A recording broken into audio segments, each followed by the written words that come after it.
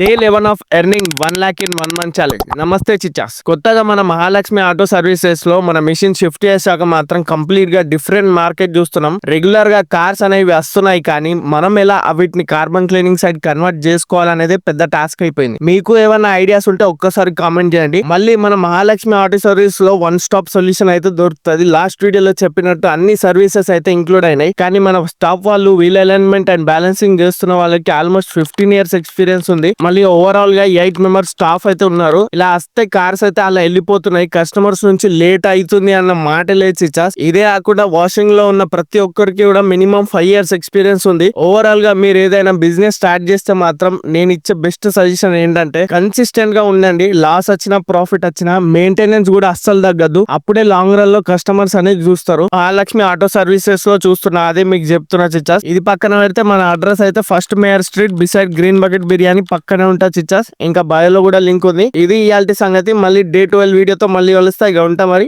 Bye.